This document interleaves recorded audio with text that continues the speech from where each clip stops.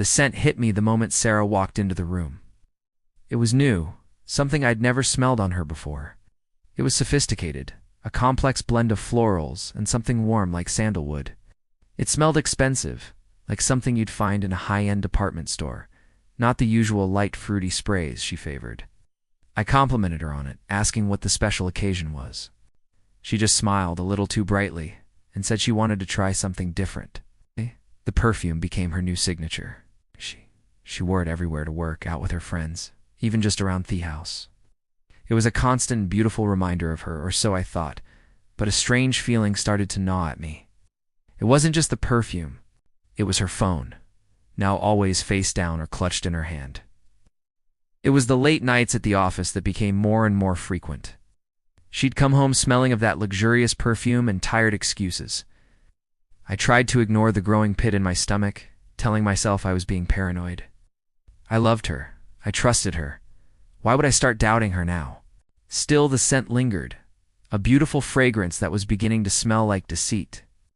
One Friday, my boss David invited a few of us from the team over to his place for a casual barbecue.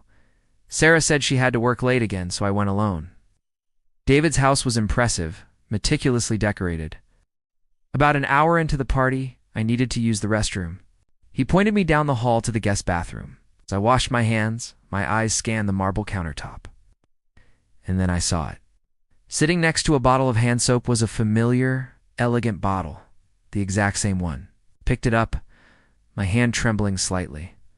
I unscrewed the cap and took a sniff. There it was.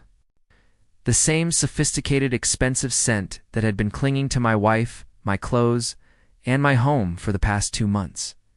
Everything clicked into place in that sterile, cold bathroom. The late nights, the secretive phone calls, the sudden change in her perfume. It wasn't just a new fragrance she'd picked up for herself.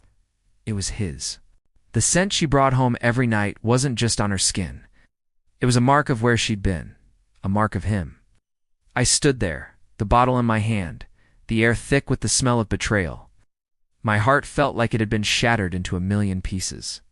The beautiful scent that I once loved had become a suffocating poison.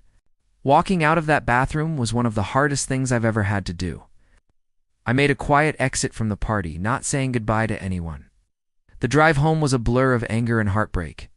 When I walked through the door, Sarah was on the couch scrolling through her phone.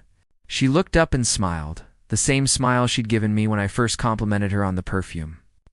But this time, I saw right through it. The air was thick with her scent. His scent. In that moment, I knew my marriage was over. It's amazing, isn't it? It's how something that once smelled so beautiful could end up being the very thing that exposed such an ugly truth. Thanks for listening to my story. If you've been through something similar, know that you're not alone. Don't forget to subscribe for more real-life stories.